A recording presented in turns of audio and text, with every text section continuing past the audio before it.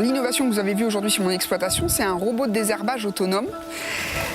Son principe, c'est d'être capable de désherber seul, comme son nom l'indique. Quand il a fini la parcelle, il nous envoie un SMS pour nous dire qu'il a fini le travail.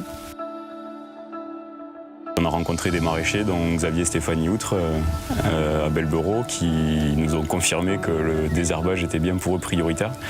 L'idée leur a beaucoup plu et ils nous ont dit vous pouvez venir quand vous voulez pour faire des essais chez nous en fait. Ça a démarré comme ça, on est venu faire des tests. On a testé plein de prototypes qui ont tous plus mal marché les uns que les autres, mais petit à petit, chaque étape, on avançait, on progressait sur les outils, on progressait sur le guidage, on progressait sur les moteurs électriques. Après 2-3 ans de travail, on a réussi à arriver à avoir le premier robot autonome de désherbage. Petit à petit, s'est formé un partenariat. Ils ont fait des essais sur parcelle chez nous, sur notre exploitation. Donc on a vu l'évolution du robot jusqu'à aujourd'hui, le robot de désherbage autonome dans sa version actuelle et même dans les futures versions, puisqu'il va même apprendre à reconnaître les couleurs pour encore plus affiner le désherbage. Avant, on mettait environ entre 6 et 15 heures de désherbage pour un rang de 90 mètres de long. Aujourd'hui, le robot, il arrive à faire cette tâche en 7 minutes. On a gagné au niveau main-d'œuvre, on a gagné au niveau pénibilité de travail, mais aussi on gagne en optimisation d'arrosage et de fertilisation. Quand on teste quelque chose, on leur montre et ils disent de suite oui ça c'est bien, non ça c'est pas bien. Ça on pourrait plutôt le tester de telle manière, on pourrait modifier ça. Ça permet d'avancer de manière très itérative et très efficace en améliorant à chaque fois un petit peu et en se rapprochant du vrai besoin. Les résultats en termes de désherbage sont très bons.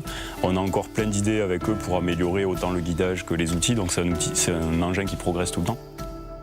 Nous, on est sans cesse en recherche d'optimisation du robot. Aujourd'hui, il est capable de désherber, il est capable de faire de l'assistance à la récolte. Et nous, on leur a demandé de réussir à faire en sorte que ça devienne un semoir autonome.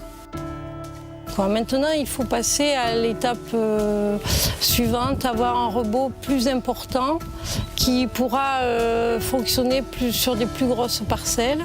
Ensuite, il y a des aménagements pour des maraîchers à adapter leur densité de culture pour que le robot puisse fonctionner.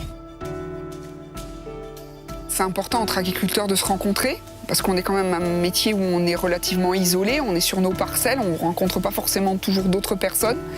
Donc c'est toujours intéressant d'échanger avec d'autres. La Chambre d'agriculture, elle est là à nos côtés sur plusieurs postes, notamment déjà sur tout ce qui va être conseil technique. Ça nous permet aussi de créer ces rencontres avec les autres agriculteurs. Et puis aussi les formations, parce que moi j'ai fait plusieurs formations via la Chambre d'agriculture, alors des fois dans des domaines techniques, mais pas forcément.